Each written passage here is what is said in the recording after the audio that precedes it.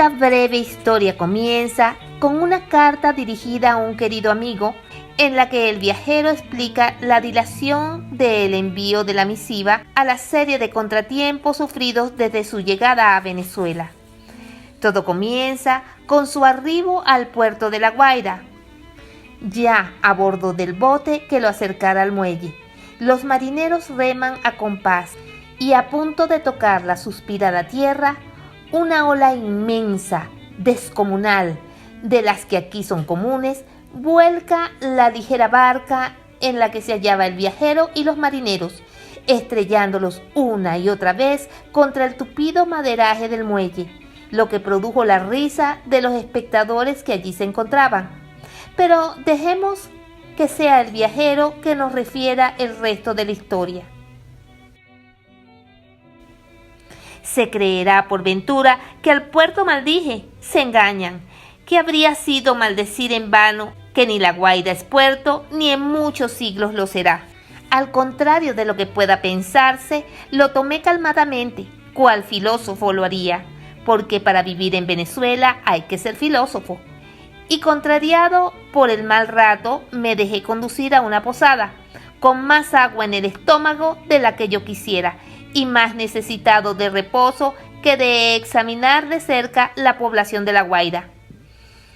Era la tal posada un horno de reverbero, una máquina de vapor de alta presión, en que unos se volatizan, otros pierden la paciencia, la energía y ni hablar cuando se acerca el día de la paga.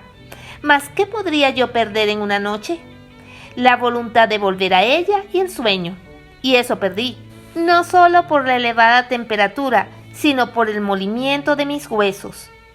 Serían las 5 de la mañana. Oigo una voz meliflua. Mr. Collorne, el más lindo macho de la caballeriza, está impaciente de lucir con usted encima su acostumbrado trote. Señor Macarroni, contesté, sírvase usted disponer que me trueque la cabalgadura, que no gusto de trotes, y no me replique porque... No acabé la oración cuando el posadero hízome una profunda reverencia y volviéndome la trasera desapareció como una sombra.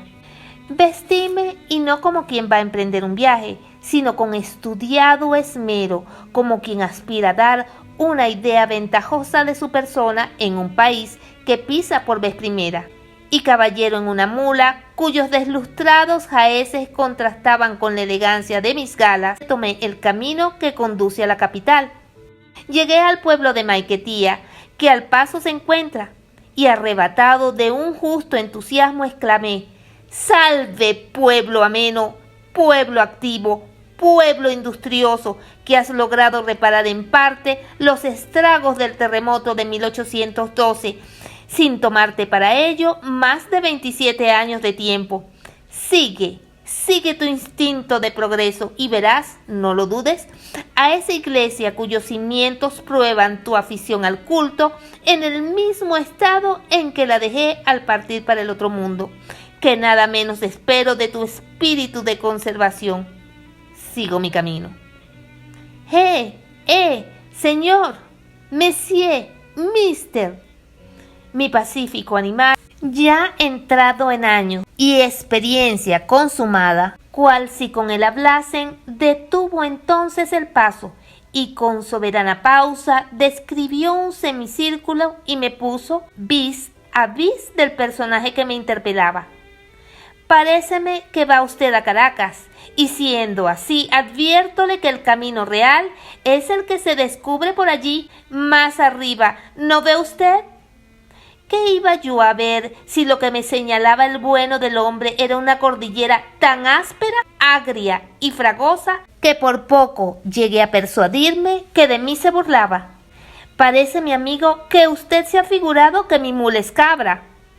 No hay motivo para tanto, me replicó, después de haberle echado una mirada escrutadora. Pero siga mi consejo y haga de cuenta que su mula es cabra. El hombre decía la verdad. Resignéme y empecé a trepar, lentísimamente, por una senda asaz, tortuosa, empedrada, a veces de 80% de inclinación, nunca menos de 40%, que aquí llaman real, aunque real y verdaderamente sea infernal. Y al cabo de 3 horas, que 3 siglos me parecieron, según lo malo del camino y lo peor de la cabalgadura, que antes parecía que yo la llevaba a ella que ella a mí, llegué a la cumbre envuelto en una espesa niebla que apenas dejaba percibir los objetos más cercanos. Una casa había allí, conócenla con el nombre de Venta, y sin duda debe ser por aquella anomalía del idioma, porque en ella el viajero satisface ampliamente su apetito si ninguno tiene, recordando la otra en que me alojé, en la cual de todo había excepto precisamente aquello que se necesitaba.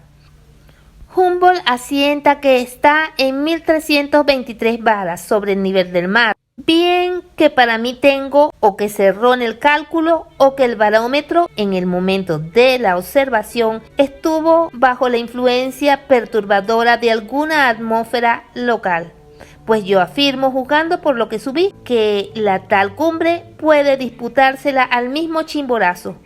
Lo disculpo, porque si entonces no había en ella más abundancia de cosas de comer que ahora, no es de extrañar su equivocación, a menos que los estómagos de los naturalistas sean poco exigentes. También hay naturalistas mulas, esto no lo digo por Humboldt, sino por mi cabalgadura, que en punto a botánica no le iba en saga al ilustre viajero. ¿Qué afición tenía a la ciencia? ¿Lo creerás? En todo el camino no dejó hierba que no sometiese a un riguroso examen gástrico, sin que nada se lo impidiese, ni siquiera el punzante acicate, siendo tal su porfía que a vivir yo en tiempos de Balán hubiera creído que se proponía escribir nada menos que la Flora del Ávila.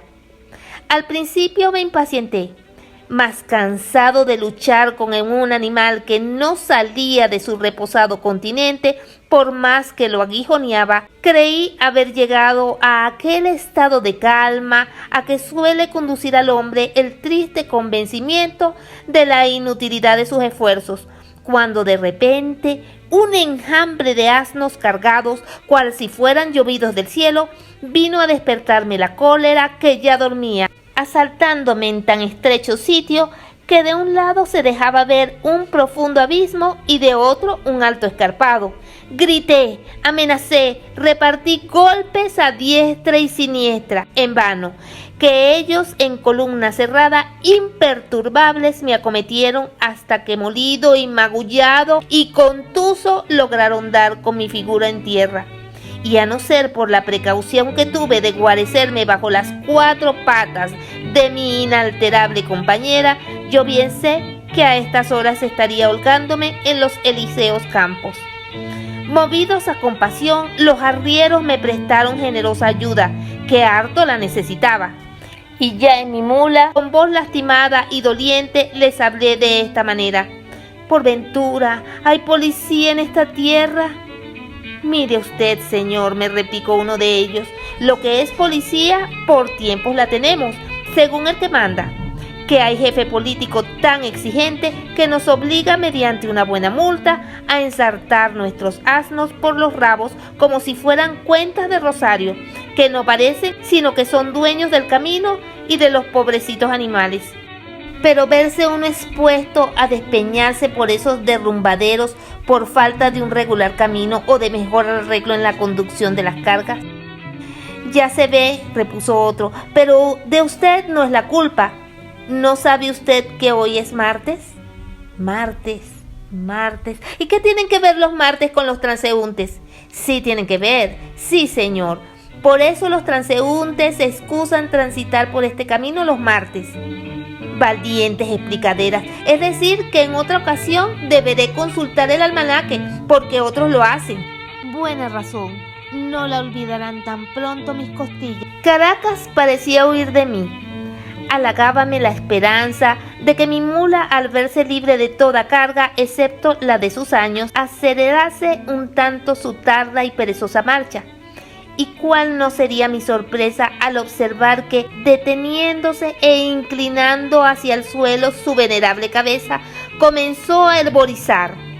ímpetus me vinieron de cometer un muricidio, mas no sé qué invisible mano me contuvo. Después he sabido que este país es el país romántico de la clemencia, en que solo los médicos tienen licencia de matar. Torné pues a montar y la maldita tornó a su lenta y acompasada marcha. Felizmente, Caracas, al trasponer de una loma, asentada en un angosto valle limitado al frente por desnudas y pardas montañas que a manera de anfiteatro van a perderse en el puro y azulado horizonte. El adormido Guaire, después de fecundar parte de sus vegas, se desliza mansamente besando las últimas casas de la población. Deja ver por intervalos sus transparentes cristales y luego se oculta tras la cuesta que al valle ciñe por el naciente. Su apacible murmullo despierta sensaciones gratas y convida a la molicie y al deleite. Y en sus floridas márgenes todo es armonía. En medio de aquella ciudad se alza la torre de la catedral, descollando por sobre todos los edificios. Absorto contemplaba tan magnífico panorama cuando el hambre, la prosaica hambre, bajo la figura de un monigote, vino a recordarme de que ya era tiempo de continuar el comenzado viaje. De pronto tropecéme con el carón nada amigable de un hombre de tan ruin estructura que no me dejara entrar a la ciudad si antes no le pusiera en las manos un real de plata. Díjome, creyendo sin duda consolarme, que se invertiría en el camino, mas el camino está como estaba y todos los años lo reparan. Sacúdole el polvo al romántico frac, que bien lo había menester. El sombrero de finísimo castor vuelve a tomar bajo mi mano el color ilustre del cuervo. Aliño el desordenado cabello. Hágole un elegante lazo a mi elegantísima corbata. Afírmome en los estribos y zarandeándome en la silla ufano, penetro en la capital de la República, bien persuadido de excitar al menos la curiosidad de las hermosas caraqueñas. No me engañé, las bellas de Caracas, armadas de descomunales jeringas, coronaban las puertas y ventanas de ambas aceras, y apenas me hube acercado a ellas, correspondieron a mi cortés saludo, descargando sobre mi apuesta persona tal cantidad de agua que no parecía sino que se habían abierto las cataratas del cielo. Quedé estupefacto al verme acometido por aquel inesperado cataclismo. Mi taimada mula en tanto marcaba el paso como si fuera cómplice de tan diabólica conjuración.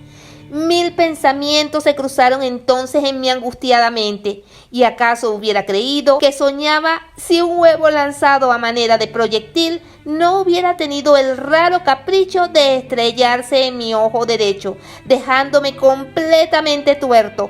¡Oh, malditas!, exclamé. ¿Qué os ha hecho este infeliz viajero para así le hayáis privado de un órgano? Y volviéndome a una joven que allí cerca estaba, añadí: si en esta tierra de locos se encuentra por ventura algún cirujano cuerdo, hágame usted por Dios la caridad de conducirme a su morada. No se impaciente, amigo, que en carnaval todo es permitido. Y si algo echa de menos en su cara, consuélese con saber que se encuentra en un país en que todo va poco más de tuerto, si no miente su reverendísima. Ni tiempo tuve de replicar, porque en aquel instante una cuadrilla de jóvenes embadurnados de añil y almagre y otras cosas que callo por no ser de suyo limpias ni aromáticas, embistióme con tal denuedo que sin la compasiva intercesión de mi Cicerone, quién sabe a lo que se hubieran propasado, sobre todo en día en que todo se permite, no siendo poca fortuna que se contentasen con pintarme barbas y bigotes, y sin duda con exquisita propiedad, pues observé que los muchachos iban gritando delante de mí: ¡agua, agua! Que aquí va un romántico recién venido de Puerto Rico. Entre algazara, escollos y peligros, logré arribar a puerto de salvamento, la casa del cirujano. Dejo la mula en la puerta y penetro en el santuario de Esculapio. El galeno me acomete, blandiendo iracundo un enorme bisturí. Inerme, débil y casi ciego, ¿Cómo hubiera podido resistir a quien contaba entre sus proezas 1.000.000 de muertos y venía armado de los instrumentos de su fatídica profesión? Corrí despavorido, único partido prudente que podía tomar en semejante trance, y desatentado tropecé con la puerta, dejando en ella la mitad de mis narices. Por fin me vi en la calle sano y salvo, con un ojo menos, no muy bueno del otro, con barbas y bigotes, sin narices y sin mula, y renegando de los viajes del carnaval y de los martes.